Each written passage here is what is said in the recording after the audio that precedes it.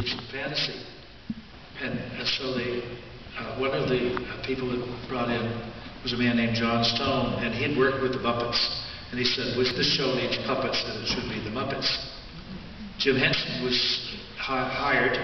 He had to be convinced to do it because his show wasn't intended to be for children. And he did crazy things like pulling noses off other puppets and blowing them up. And it wasn't necessarily kiddie stuff, although all the kids always loved it.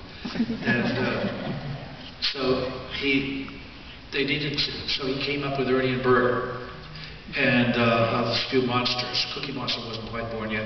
And then he decided they wanted some characters who live on the street. So he thought up a bird and a grouch. And he went looking for a puppeteer to play that. And so he went to a puppet festival, which every year there was one, to the Puppeteers of America. And that year it was at Salt Lake City. And he was there in the audience when I got there. They had invited me to do a show. And I had created a big show with a very big, beautiful puppet theater. And it had a big screen on the back. I was an animator. Disney hired me to be an animator some years before that. And so I had learned animation. And I had used a professional stand, and I made animation so that my theater was going to present puppets that would dance with their images on animation, with rear screen projection. So everything, it looked great. I gave it a show with it, and it worked out very well. So I went to this big festival, and I was ready to do the show, and realized there were going to be 900 people in the audience. And I thought they were going to pair me with another show, because my show was only 3/4 of an hour long, and they were paying $9. In 1969, was an admission price. And then I discovered Jim Henson sitting there in the audience. And I started the show, and I had to be on my knees, and I made a bunch of knee switches to turn on projectors, turn on music.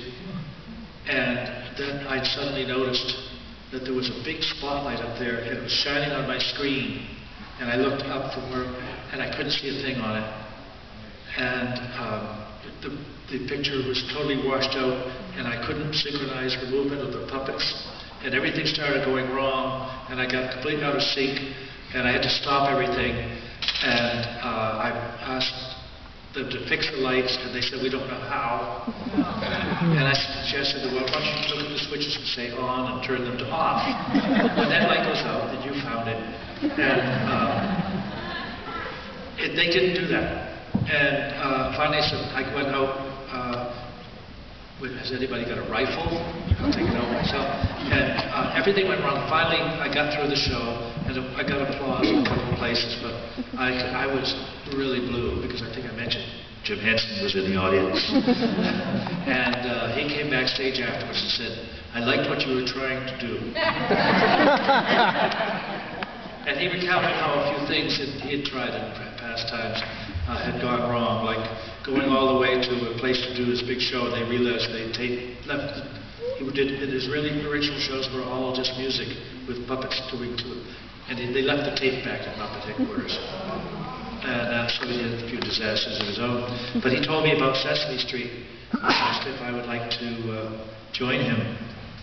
Well, I always felt that the Muppets was the ultimate puppet group. I knew who they were, but they weren't big and famous like now, but I knew, as a puppeteer, I knew who they were. And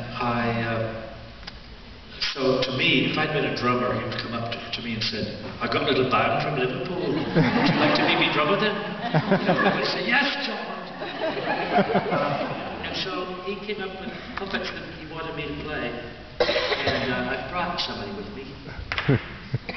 I thought you'd never stop talking.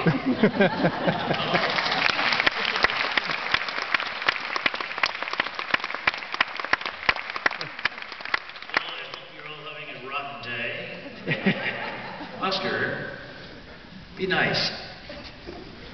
You know me. That's impossible. Yes, let me tell you about myself. I like to be grouchy. I totally put rocks under my sheets when I go to bed.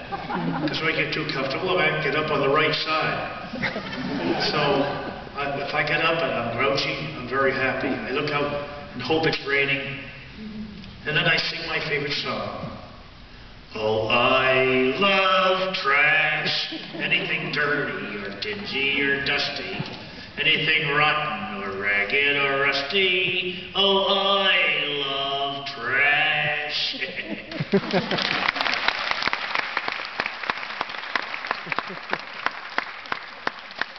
Never applaud a grouch. Oh,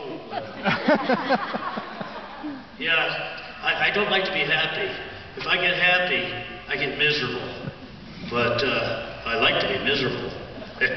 So that makes me happy. And I don't want to be happy. So that makes me miserable. But I like to be miserable. So that makes me happy. I'm a mess.